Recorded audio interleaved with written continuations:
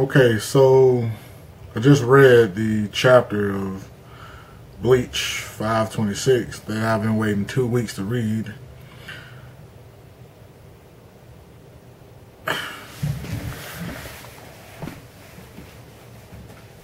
Why? Oh, Jesus. Alright, now, honestly, this not going to be a real good review because, one, I'm actually in pretty down spirits right now, to be honest with you, but I didn't particularly like this chapter, you know what I'm saying, but again, I can't really complain about it because this is what I was given, so I have no choice but to accept it. I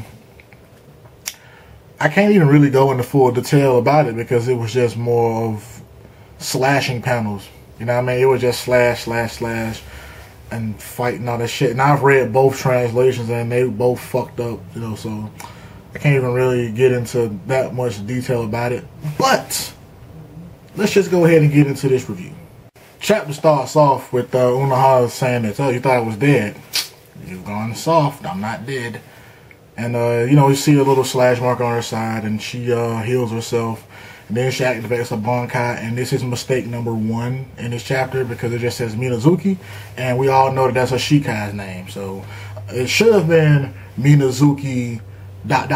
something else. You know what I'm saying? It should have been a name and then Minazuki, or Minazuki and then another name after that to different to tell the difference between the two. But that didn't happen, and she activates her Bankai.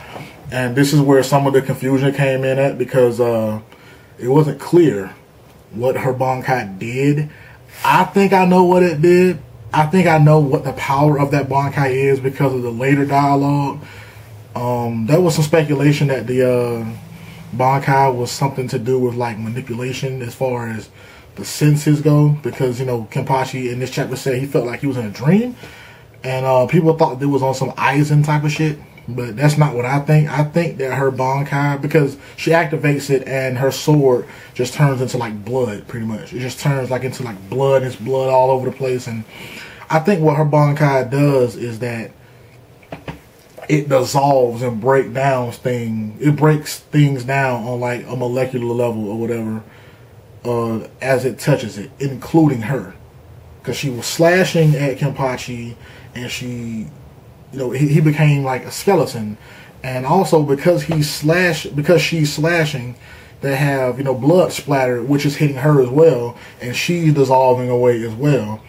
And that's what I think it does. I think it just dissolves things. It just breaks them down on a molecular level. And I say this because, well, one, you see that they're getting, you know, reduced to nothing but skeletons. But then she said that she learned healing techniques for that specific reason so that she would be able to use the Bankai. So she constantly is slashing at them and they both turn into like skeletons, and then she heals them again so that way she's able to use her Bankai, you know. So that's one thing. That's what I thought anyway about that. I thought that her Bankai was to just dissolve things and just you know, kind of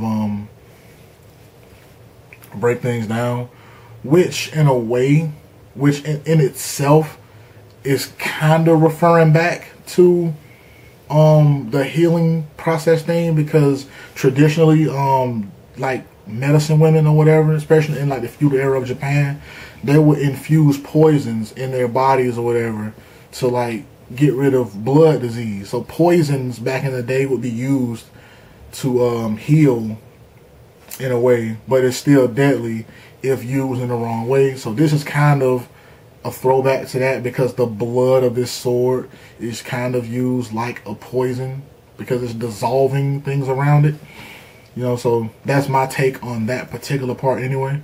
And then after that, Kenpachi's just kind of just like, I felt like I've been dreaming all this time and I love the fight. Did you know I like to fight? And then she's like, yeah, I know you like to fight. It seemed like it was in their mind, so I don't know if they were actually talking to each other. I don't think they were anyway, but she's just saying how he liked to fight and how he's thinking back. You know, he realized then that when they first fought when they were younger, that he unconsciously sealed his power away so that the fight could be prolonged or whatever, and that's how she was able to win. It's kind of weird to me that you would do that right away to prolong the fight, but you know, whatever. After that though, man, it's pretty much just slicing and, you know, cutting and all this type of stuff. And she after that, pretty much she gets stabbed like in the throat. You know, Kenpachi stabs her in the throat, and then like before that though, she was like, there can only be one Kenpachi. You know, like that's been the tradition, you know, ever since. Which is weird because if you start a tradition, and you know, you can make up your own rules, but whatever. But she says that's how it's been, so it can only be one Kenpachi, you know. And he stabs her in the throat, and then she says something like, "You're the only man that can make me happy," or "You're the only person that can make me happy," or something like that. And you know, it's implied that she died, you know. Just like what Shun Sui said in the very beginning, I'm sorry to have to put you both in this position because that means only one of you, you know, will come out alive. Which I'm calling bullshit on that right now. I will throw the flag. I don't even care that it seems like her character has gone as far as she would be able to go. I'm just going ahead and throwing the flag on that right now because why would an army purposely reduce his numbers? You know, I mean, I don't understand it. Like, I'm not a military strategist, but I know that dwindling your own numbers is a hindrance to your cause. So I do know that. You know, especially captain level. If you're gonna kill anybody, you know, you can kill some foot soldiers, but to kill a captain level, that's ridiculous.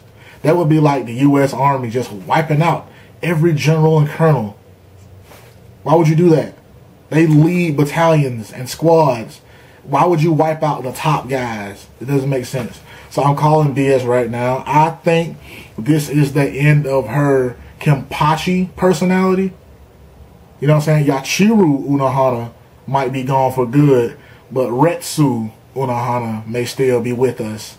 You know, so more than anything, this will be the last time you actually probably see her fight to her full degree. Because like they said, there can only be one Kenpachi. You know, so he's obviously gonna be the one Kenpachi, and she will just go back to being Retsu Unohana, meaning her strategic affiliation in this war would be specifically to heal. So, I mean, that's what I'm thinking anyway. That's what I think about it. But like I said, I didn't particularly like this chapter, but I didn't dislike it either. You know, it was just like meh. To me, honestly, if I had to give it a rating out of 7, it would be a solid 5. You know what I mean? It would really be in the middle.